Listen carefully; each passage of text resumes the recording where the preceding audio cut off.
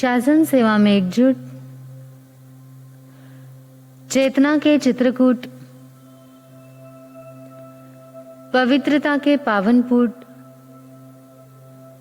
आत्मीयता के अमरगुट ऐसे श्रवण भगवान महावीर के चरणों में कोटि कोटि वंदन। तप के तपोवन, उपासना के उपवन, चारित्र के चंपकवन ऐसे परम पूज्य गुरुदेव एवं गुरुवरियों के चरणों में त्रिकाल वंदन। धर्म प्रेमी बंधुओं, माता एवं बहनों,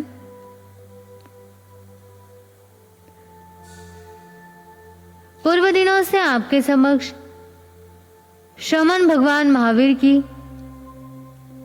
दिव्य देशना सुनाई जा रही है।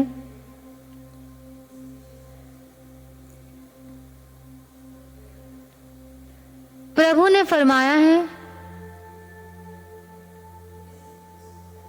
कि हमें प्रत्येक कार्य को धर्म के अनुसार, विवेक के अनुसार करना चाहिए।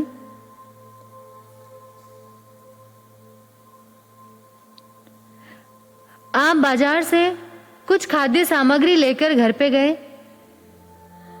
तो बाजार से लाई हुई चीज आपको ऐसे ही परोसी जाती है? ऐसे ही परोस देते हैं क्या?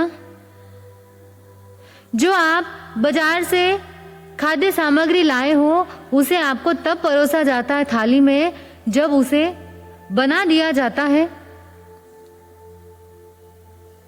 बनाने का मतलब है उसे संस्कारित कर दिया जाता है। कोई अगर आपसे आकर कह दे कि तुम्हें भोजन ही करना है, पेट ही भरना है, तो रोटी खाने की क्या आवश्यकता है? इतनी मेहनत क्यों करते हो? जो गेहूं है उसे ही खा लो।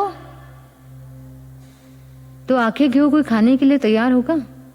नहीं होगा, क्योंकि प्रत्येक प्राणी को पता है, मनुष्य को मालूम है कि मुझे उन चीजों को खाना है जो संस्कारित हो चुकी है, जिसे बनाया जा चुका है। बनाने का मतलब होता है संस्कारित करना। जो चीज संस्कारित हो गई वो हमारे लिए उपयोगी है, फिर चाहे वो खाद्य सामग्री हो, चाहे वो भोजन की वस्तु हो, चाहे वो वस्त्र हो, हर चीज हमें संस्कारित चाहिए। सोने का बिस्किट कोई गले में पहन के नहीं घूमता, उसे भी संस्कारित किया जाता है, गहना बना दिया जाता है, उसके बाद लोग उसे पहनना पसंद करते हैं। हमारे जीवन व्यवहार के अंदर हमें हर चीज, हर वस्तु संस्कारित चाहिए। जो संस्कारित है वो हमारे लिए उपयोगी है और जो संस्कारहीन है वो किसी के लिए उपयोगी नहीं है। यही हमें सोचना है। कदाचित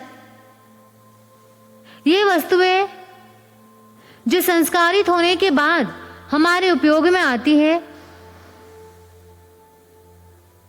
ऐसा हो भी सकता है कि ये बिना संस्कार के भी हम इसे उपयोग में ले ले, लेकिन जो व्यक्ति का जीवन है उस पर ये 100% बात लागू होती है कि जिसका जीवन संस्कार से भरा है वो व्यक्ति उपयोगी है। संस्कार कई तरह के होते हैं।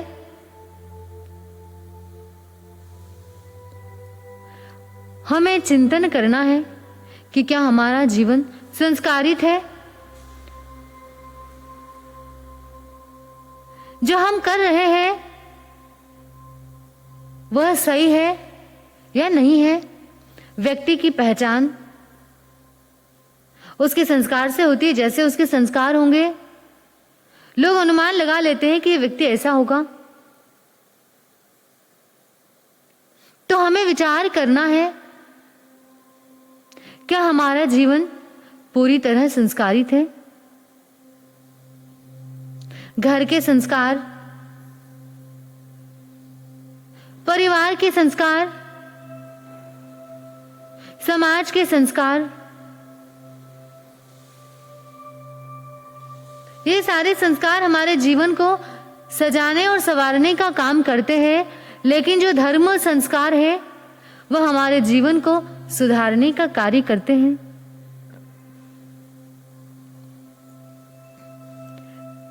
हमारे जीवन में यदि धर्म आ गया, यदि हमारे जीवन में धर्म के संस्कार आ गए, तो हमारा जीवन अवश्य धन्य बन सकता है। हमें विचार करना है कि हम अपने जीवन में क्या धर्म को स्थान दे रहे हैं। धर्म व्यक्ति को सुधारने की बात करता है, व्यक्ति को अच्छे मार्ग पर चलने की प्रेरणा देता है, और धर्म ही व्यक्ति को मुक्ति दे सकता है। और आपको बड़ी दुर्लभता से ये मानव का तन मिला है, समय मिला है, धर्म के अच्छे संस्कार मिले हैं,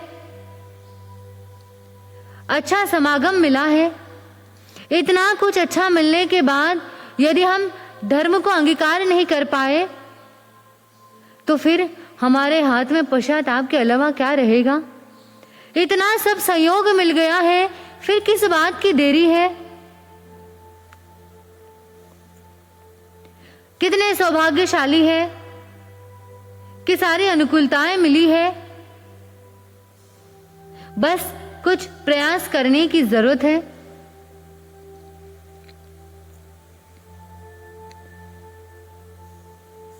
शासन मिला प्रभु का सौभाग्य है हमारा, आराधना हो ऐसी मिल जन्म ना दोबारा। शासन मिला प्रभु का सौभाग्य है हमारा, आराधना हो ऐसी मिले जन्म ना दोबारा। बस पुरुषार्थ करना है, प्रेरणा भी आपको मिल रही है। इस जीवन में धर्म के लिए पुरुषार्थ करना है, धर्म को अंगीकार करना है। और ये कब हो सकता है? धर्म को जानने वाले बहुत लोग हो सकते हैं, धर्म को मानने वाले भी कई लोग हो सकते हैं, लेकिन धर्म को अपने जीवन में उतारने वाले लोग बहुत कम और गिने चुने होते हैं। जिनके व्यवहार में धर्म उतर जाता है, जीवन में उतर जाता है। और ये कब होता है? व्यक्ति धर्म को कब मानेगा?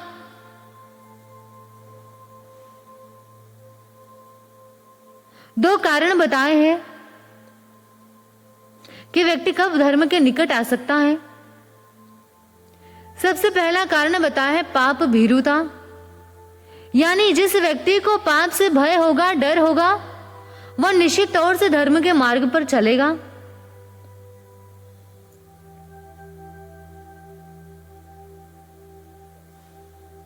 पाप क्या है?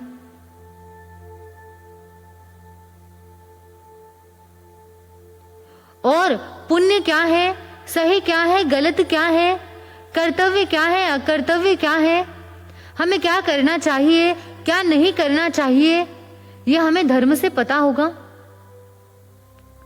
धर्म से पता चलेगा हमें कि हमें जीवन में क्या करना है, हम कहाँ गलत है, यह हमें पता चलेगा। नहीं तो जो जीवन चल रहा है बस वो चल ही रहा है।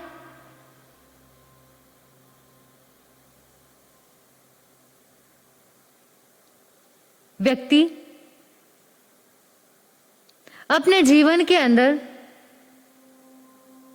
सुख चाहता है, शांति चाहता है, तो उसे सुख और शांति कहां मिलेगी? धर्म के अंदर ही तो शांति मिलेगी, सुख मिलेगा, आत्मिक आनंद मिलेगा, और तभी तो हमारी जीव आत्मा अपने सच्चे स्वरूप को जान पाएगी। व्यक्ति पूरा दिन संसार के लिए, शरीर के लिए, परिजनों के लिए लगा देता है, लेकिन 2 घड़ी समय भी धर्म के लिए निकाल नहीं पाता। धर्म की बात को कल पर टालता है। कोई बात नहीं, आज नहीं कल कर लेंगे, कल नहीं फिर कभी कर लेंगे, परसों कर लेंगे। यह हमारा जीवन है। हम धर्म को आज करने के लिए तैयार नहीं, कल पर टालने के लिए तैयार है, लेकिन धन पाप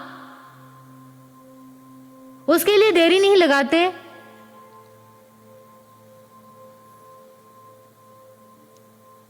व्यक्ति धन कमाने के लिए कल पर नहीं टालता है, उसे धर्म की प्रेरणा देनी पड़ती है कि भाई आप धर्म करो, धर्म स्थान में आओ, सामायिक करो, माला करो, जाप करो, आंबिल करो, उपवास करो, बार बार प्रेरणा देनी पड़ती है, तब कहीं जाकर व्यक्ति धर्म से जुड़ पाता है। और धन कमाने के लिए आपको प्रेरणा देनी पड़ती है क्या? किसी ने दी आपको प्रेरणा कि तुम धन कमाओ, सुबह उठो, दुकान जाओ? रोज रोज कोई आपको उपदेश सुनाने नहीं आता कि भाई साहब उठ जाओ, टाइम हो गया, ऑफिस जाना है, दुकान जाना है, पैसा कमाना है। इसके लिए जगाने की जरूरत नहीं पड़ती, इसके लिए व्यक्ति खुद जागृत है, लेकिन धर्म के लिए जगाना पड़ता है।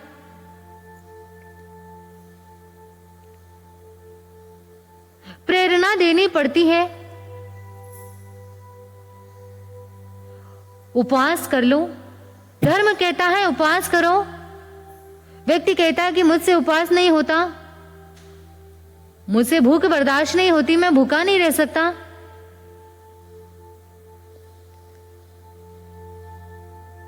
लेकिन डॉक्टर ने कह दिया तो डाइटिंग के लिए तैयार है, भूखा रहने के लिए तैयार है। शरीर के लिए भूखा रह जाएंगे, लेकिन आत्मा के लिए भूखा रहने को तैयार नहीं है।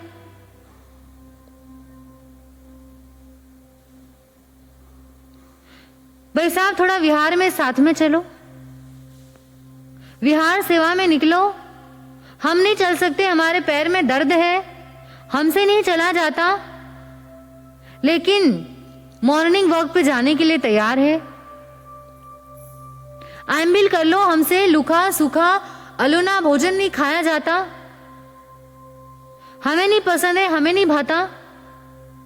शरीर में कोई बीमारी हो गई, डॉक्टर ने कह दिया तेल घी मिर्च मसाले छोड़ दो, एक झटके में छोड़ने के लिए तैयार है। डॉक्टर की बात मानने को तैयार है, लेकिन जो धर्म कहता है वो मानने के लिए हमारा मन तैयार नहीं।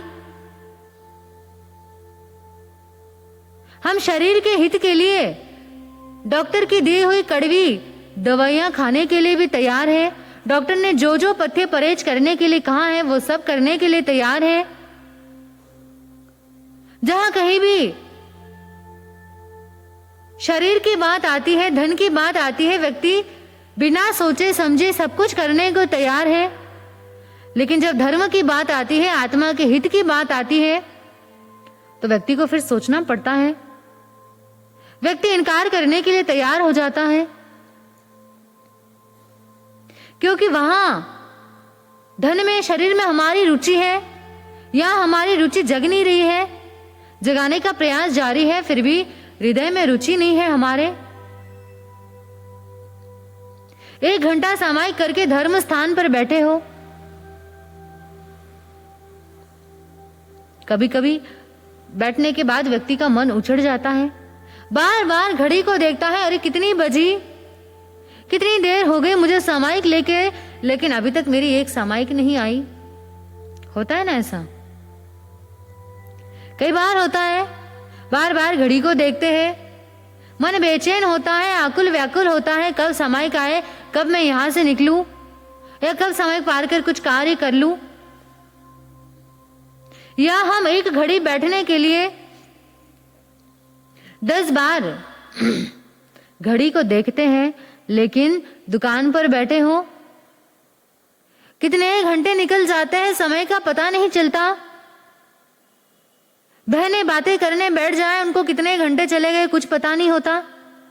वहां रुचि है, और यहां कुछ ही घंटे में व्यक्ति ऊब जाता है, परेशान हो जाता है।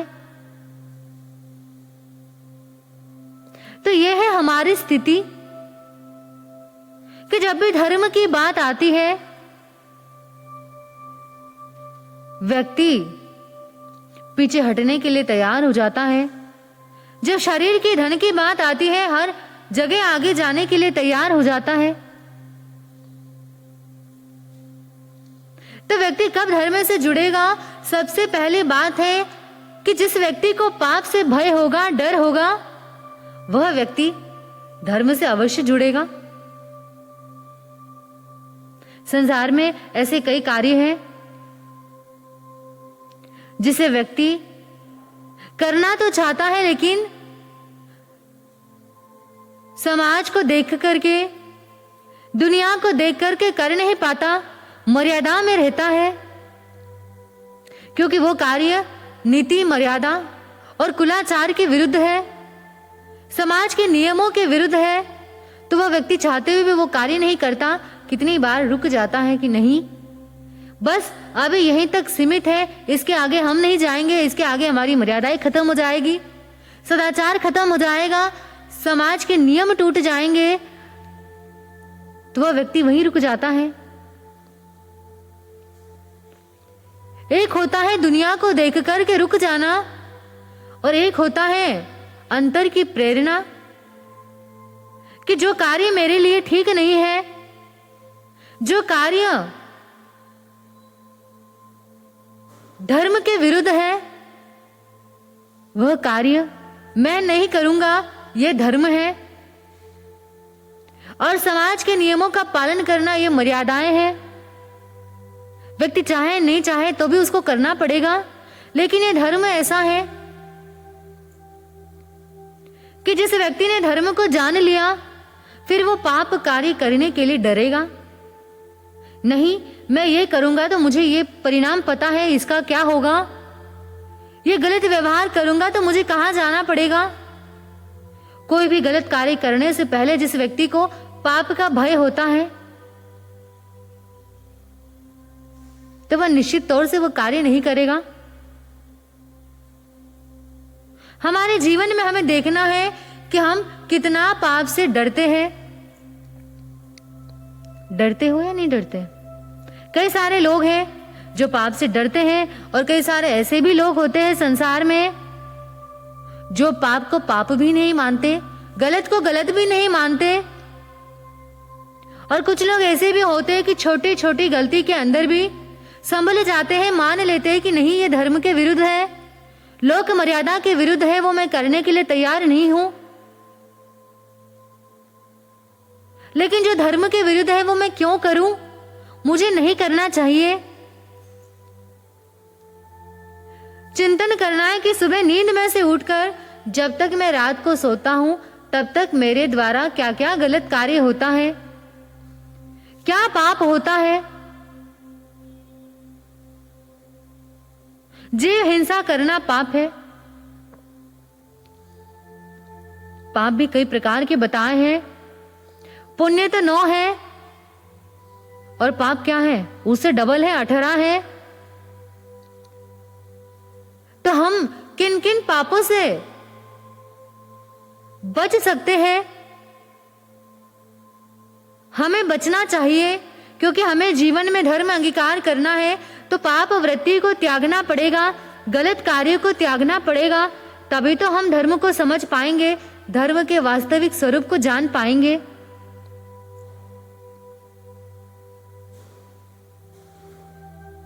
कि जो आज हम करेंगे कल उसका क्या परिणाम आएगा।